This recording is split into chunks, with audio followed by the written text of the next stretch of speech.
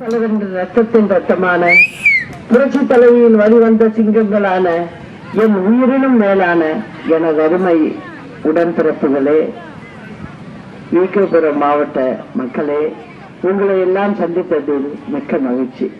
புரட்சி தலைவர் அவர்கள் ஏழை எளியவர்களுக்காகவே இந்த இயக்கத்தை தொடங்கினார். அவர் ஆட்சிக்கு வந்த பிறகு ஏழை எளிய மக்களுக்கு பல நல்ல திட்டங்களை வழங்கினார்.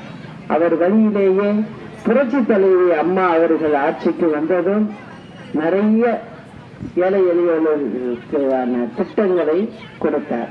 அதிலும் குறிப்பாக பெண்களுக்கு கிரைண்டர், மிக்சி, மின்விசிறி போன்றதையும், ஆடு மாடு வழங்கும் திட்டத்தையும் கொண்டு வந்தார். அதே போல தாலிக்கு தங்கம் அதுவும் அம்மா கொடுத்தாங்க. அது மட்டும் இல்ல, படிக்க போகும் பிள்ளைகளுக்காக புத்தகம், நோட்டு புத்தகம், புத்தக பை, அதே போல சைக்கிள், மடிக்கணினி, சீருடை 4 நம்பர் கொடுத்தாங்க அம்மா. அதெல்லாம் அம்மா செஞ்சது நீங்களும் மறக்கல, நல்லா மனசுல வச்சிருக்கீங்க. உங்களை பார்த்ததுமே எனக்கு தெரியுது. அதே போல நல்ல திட்டங்களை கொடுத்தது நம்ம அம்மா தான்.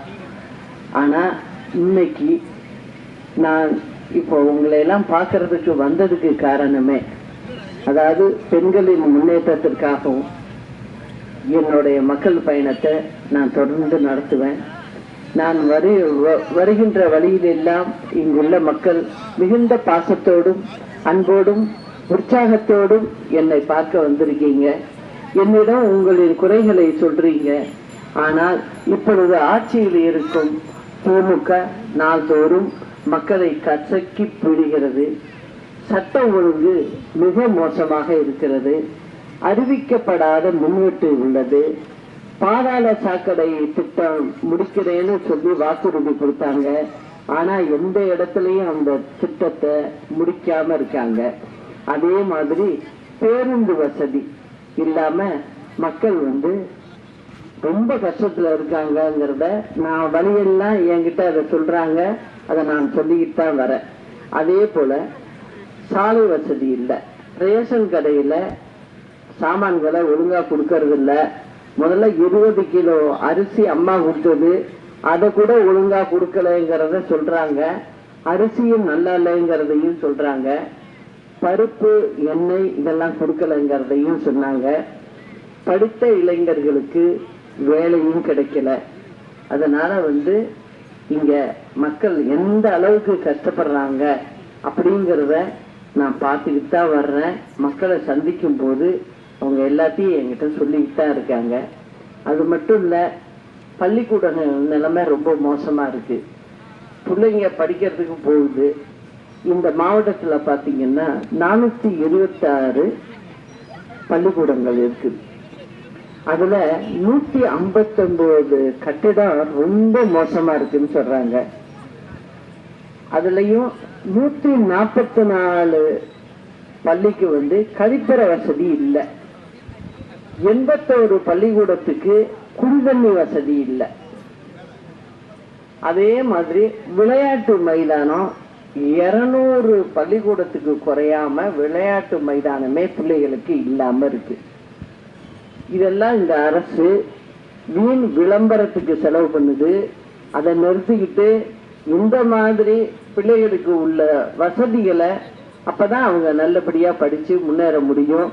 அதை நீங்க செய்யுங்கிறதையும் நான் கேட்டுக்கிறேன்.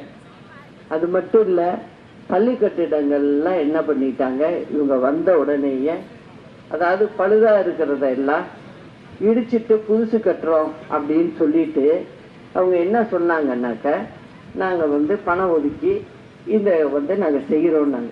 நான் என்ன சொல்றேன்னா, உங்களால ஒரு மாவட்டத்துல எத்தனை இருக்கு அந்த மாதிரி கட்டிடங்கள்னு எடுத்து அது என்ன செலவாகும் அப்படிங்கிறத முதல்ல கணக்கெடுத்து அந்த செலவுக்கு உள்ள பணம் என்ன உங்களுக்கு இருக்கோ அந்த அளவுக்கு கட்டிடங்களை நீங்க சரி பண்ணிட்டு இருக்கணும். அதை விட்டுட்டு மொத்தமா எல்லா இடத்துலயும் பள்ளிக்கூடத்தை இடிச்சு போட்டீங்க. இப்ப பிள்ளைங்க எல்லாம் மரத்தடியில உட்காந்து பாடம் சொல்லிக்கிட்டு இருக்கு. மழை காலத்துல என்ன பண்ணும், எல்லாம் நனைஞ்சுக்கிட்டு பாடம் படிக்க முடியுமா? வெயில் காலத்துல வெயில்ல உட்காந்து படிக்கிற நிலைமை, மழை காலத்துல எங்க போகுங்க அந்த பிள்ளைங்க? இதெல்லாம் ஒரு அரசாங்கம் திட்டமிடாம செய்யற வேலை. அதை தான் நான் திரும்ப திரும்ப திரும்ப இவங்களுக்கு நான் சொல்லிக்கிட்டு வர்றேன். அத அவங்க ஒழுங்கா செய்யணுங்கிறத கேட்டுக்கிறேன். இதற்கெல்லாம் ஒரே வழி, வரும் 2026 சட்டமன்ற தேர்தலில் நல்ல தீர்ப்பு கிடைக்கும். அம்மாவுடைய ஆட்சியை கொண்டு வராமல் நான் ஓய போவது இல்லை. அது வந்தாதான் இந்த மக்களுக்கு எதுவும் செய்ய முடியுங்கிறத நான் இந்த பிரயாணங்கள்ல வர்றப்பவே பார்த்து தெரிஞ்சுக்கிட்டேன்.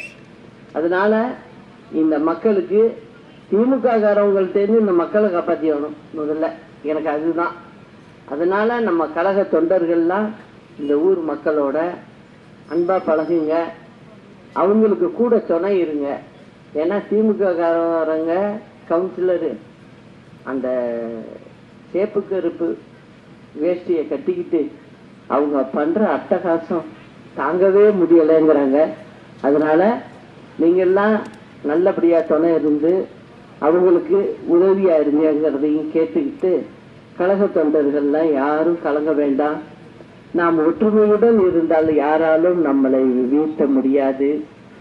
நம் இருவரும் தலைவர்களின் எண்ணத்தை நிறைவேற்ற திமுகவினரின் கோர பிடியிலிருந்து தமிழக மக்களை காப்பாற்றிட ஒன்றிணைவோம், வென்று காட்டுவோம் என்பதை மனதில் வைத்து தாய் வழி வந்த தங்கங்கள் எல்லாம் ஓர் வழி நின்று நேர்வழி சென்றால் நாளை நமதே என்பதை தெரிவித்து, பேரறிஞர் அண்ணா நாமம் வாழ்க, புரட்சி தலைவர் நாமம் வாழ்க, புரட்சி தலைவி நாமம் வாழ்க. நன்றி, வணக்கம்.